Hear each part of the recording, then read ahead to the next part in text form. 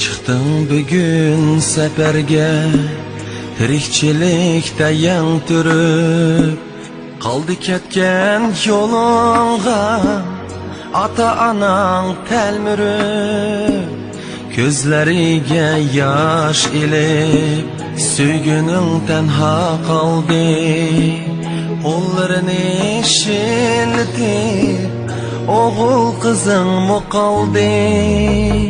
Xudayimga amanet deb qadamni boshlag'in, oldindagi sirba yo'lga nazar tashlag'in.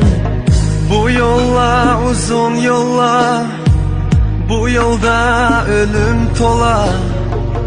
Atam qachon kelur deb kutar sabiy bolalar.